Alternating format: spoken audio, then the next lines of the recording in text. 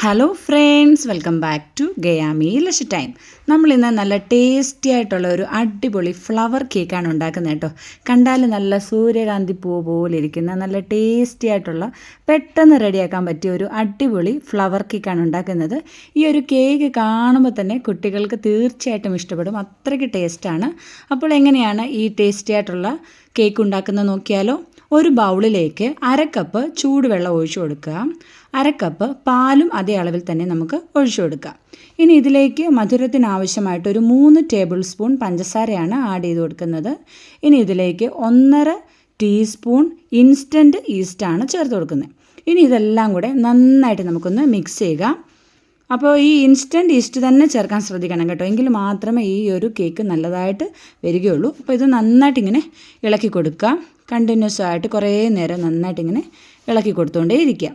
ഇനി നമുക്ക് ഇതിലേക്ക് ഒരു കോഴിമുട്ടയാണ് വേണ്ടത്. അപ്പോൾ റൂം ടെമ്പറേച്ചറിലുള്ള ഒരു കോഴിമുട്ട പൊട്ടിച്ചൊഴിച്ചിട്ടുണ്ട്. 1 ടേബിൾ സ്പൂൺ ബട്ടർ നമുക്കിനി ഇതിലേക്ക് ചേർത്ത് കൊടുക്കാം. ഇനി നമുക്ക് കേക്കിൻ്റെ ഒരു ഫ്ലേവറിന് വേണ്ടിയിട്ട് 1 ടീസ്പൂൺ വാനില എസൻസും അതേപോലെ 1 ടീസ്പൂൺ ഉപ്പും കൂടെ നമുക്ക് ചേർത്ത് കൊടുക്കാം.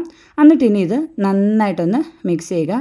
ഈ ബട്ടറൊക്കെ നന്നായിട്ടൊന്ന് മെൽറ്റായി വരുന്നത് വരെ കുറേ പ്രാവശ്യം നമുക്കിങ്ങനെ തുടരെ ഇങ്ങനെ ഇളക്കി കൊടുത്തുകൊണ്ടിരിക്കാം. ഇപ്പോൾ ബട്ടറൊക്കെ ഒന്ന് മെൽറ്റായി വന്നിട്ടുണ്ട്. ഇനി നമുക്കിതിലേക്ക് പൊടി ഇട്ട് കൊടുക്കാം. 3 കപ്പ് മൈദപ്പൊടിയാണ് ഞാൻ ചേർത്ത് കൊടുക്കുന്നത്. മൈദയ്ക്ക് പകരം ഗോതമ്പൊടി എടുത്താലും മതി കേട്ടോ. അപ്പോൾ ഞാനിപ്പോൾ ഒരു 3 കപ്പ് മൈദപ്പൊടി ഇട്ട് കൊടുത്തിട്ടുണ്ട്. ആദ്യമേ നമുക്കൊരു വിസ്ക് ഉപയോഗിച്ച് ഇത് നന്നായിട്ടൊന്ന് ഇളക്കി കൊടുക്കുക. എല്ലാം ഒന്ന് നന്നായിട്ട് മിക്സായിട്ട് പിന്നെ നമുക്ക് കൈകൊണ്ട് നന്നായിട്ട് കുഴച്ചെടുക്കാം. ബട്ടറൊക്കെ ചേർത്തത് കൊണ്ട് തന്നെ നല്ലൊരു മയം ഉണ്ടാവും ഈ മാവ് കുഴയ്ക്കുമ്പോൾ കേട്ടോ. അപ്പോൾ ഇത് നമ്മൾ നന്നായിട്ട് ഒന്ന് കുഴച്ചെടുക്കാം. ഇപ്പോഴിത് നന്നായിട്ട് കുഴച്ചിട്ടുണ്ട് കണ്ടോ, ഇതേപോലെ നല്ല സോഫ്റ്റ് ആയിട്ടുണ്ട്. ഇനി നമുക്കിത് 1 മണിക്കൂർ അടച്ചു വയ്ക്കാം. ഇപ്പോൾ 1 മണിക്കൂർ കഴിഞ്ഞിട്ടുണ്ട് കണ്ടോ, മാവൊക്കെ നന്നായിട്ട് പൊങ്ങി വന്നിട്ടുണ്ട്. ഇനി നമുക്ക് ഇതിൽ നിന്നും കുറച്ച് വലിയ ഉരുളകളാക്കി എടുക്കുക. അപ്പോൾ ഈ ഒരു മാവിന് എനിക്കൊരു 7 കേക്ക് ഉണ്ടാക്കാനുള്ള മാവാണ് ഞാൻ എടുത്തിരിക്കുന്നത് കേട്ടോ. അപ്പോൾ ഒരു 7 ഉരുള ഈ ഒരു വലുപ്പത്തിൽ നമുക്ക് എടുക്കാം. കണ്ടോ, നല്ല സോഫ്റ്റായിട്ടുള്ള മാവാണ്. ഇനി ഈ ഒരു വലിപ്പത്തിൽ നമുക്ക് ബട്ടർ പേപ്പർ ഒന്ന് മുറിച്ചെടുക്കാം. അതിലേക്ക് കുറച്ച് നമുക്ക് ഓയിൽ തേച്ച് കൊടുക്കാം. കോക്കനട്ട് ഓയിൽ എടുക്കരുത്, ബാക്കി ഏതെങ്കിലും റിഫൈൻഡ് ആയിട്ടുള്ള ഓയിൽ അതിൽ നമുക്ക് തേച്ച് കൊടുക്കാം. ഇനി ആ ഒരു ഉരുള ഇതിലേക്ക് വെച്ചിട്ട് നമുക്ക് കൈകൊണ്ട് തന്നെ ഒന്ന് പരത്താം.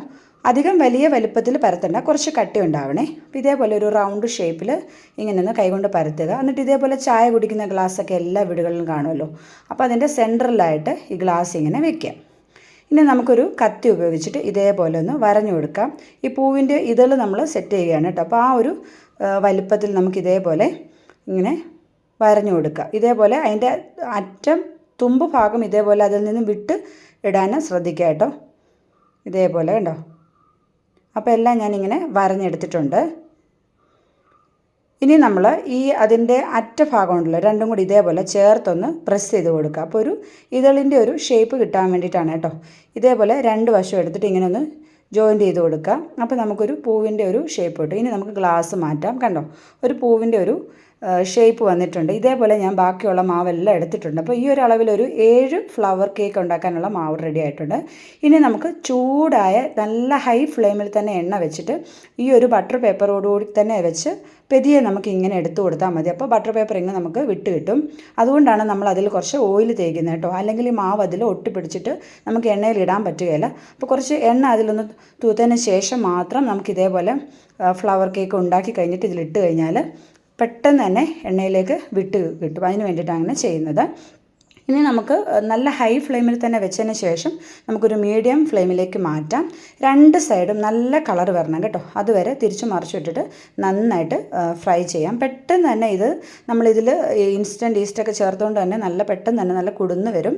അപ്പോൾ നല്ല ഭംഗിയിൽ തന്നെ നല്ല ഫ്ലവറായിട്ട് തന്നെ കിട്ടിയിട്ടുണ്ട് കേട്ടോ. അപ്പോൾ 2 സൈഡും നമുക്ക് നല്ലൊരു ഗോൾഡൻ ബ്രൗൺ നിറത്തിൽ നമുക്ക് വറുത്തെടുക്കാം. അപ്പോൾ ഒരു സമയത്ത് നമുക്ക് ഒരു ഫ്ലവർ കേക്ക് വീതം ഫ്രൈ ചെയ്തെടുത്താൽ മതി, അല്ലെങ്കിൽ കുറച്ച് പാടായിരിക്കും. അപ്പോൾ ഇതേപോലെ ഞാൻ എല്ലാം ഇങ്ങനെ വറുത്തെടുത്തിട്ടുണ്ട്.